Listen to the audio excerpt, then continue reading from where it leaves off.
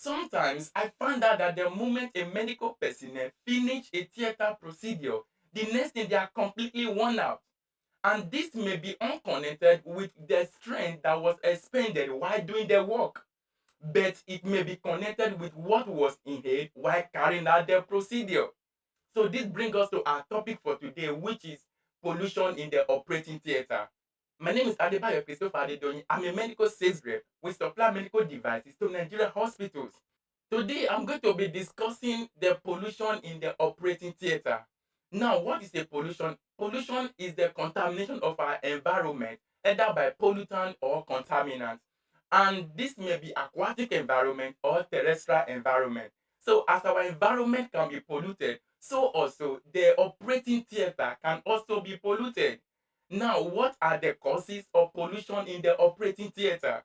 So please note the major pollutant in the operating theater is the use of volatile anesthetic gases. And what are they?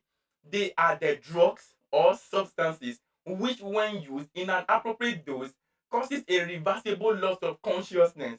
And they are divided into two, which are inhalational and total intravenous anesthesia, which we also call the TIVA.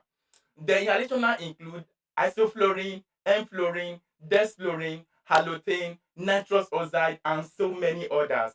While the TIVA include the sodium ethominate, the ketamine, and the propofol, aka the anesthesia milk.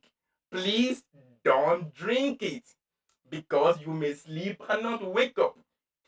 But our major concern today is on the inhalational agent because the TIVA does not actually cause its pollution in the operating theater.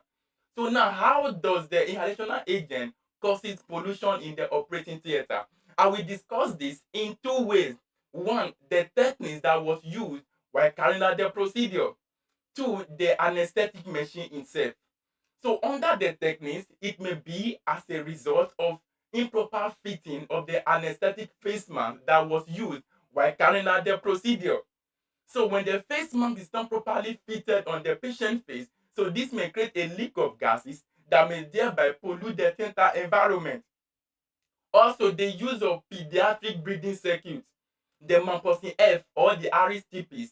In the RSTPs, it has a hole at the reservoir bag, and through the hole, a leak of gases can escape and thereby pollute the theater environment. Though the hole at the reservoir bag is important because it helps to determine the end-tidal volume of that patient, but as it is important for the patient, it might not be important for the medical personnel. Also, the use of uncuffed tube can also pollute the theater environment. So the use of uncuffed tube is attributed to pediatric cases because it helps to prevent post-extubation edema. Because in the pediatrics, their glottis or their respiratory tract is not as developed as that of adults. So it is always advisable during their cases that you make use of the uncuffed tube. Again, when the operating theater is not properly scavenged, this may lead to the accumulation of anesthetic gases within the operating theater because there is a limit of anesthetic gases that are allowed to remain in the operating theater. Like in the UK, it is recommended that the nitrous oxide must not be more than 100 particles per million, the ppm, while that of enflurane, the desflurane, the isoflurane must not be more than 50 ppm. The halothane must not be 10 or must not be more than 10 ppm. The sevoflurane must not be more than 20 ppm. All this thing has a limit to which it can be allowed to remain in the operating theater. Lastly, failure to turn off the fresh gas and the vaporizer can lead to the pollution in the operating theater.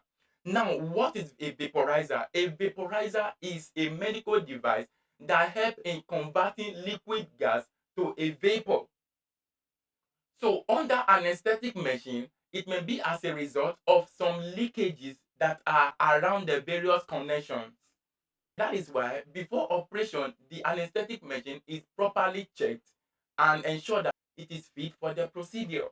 Now, what are the solutions to the theater pollution? One, there should be adequate ventilation and air conditioning in the operating theater with rapid and frequent changing of the circulating air. Also, the use of regional anesthesia should also be encouraged. Again, the use of total intravenous anesthesia should also be encouraged because all this procedure does not lead to theater pollution or does not cause pollution in the operating theater. Again, the system should be properly scavenged because it will lead to total decrease in the accumulation of the anesthetic gases in the operating theater. Again, the use of closed breathing circuit should also be encouraged. So this is one of the closed breathing circuits. Because in using a closed breathing circuit, it helps to recycle the waste anesthetic gases back to the patient, while the CO2 is being absorbed by the soda line.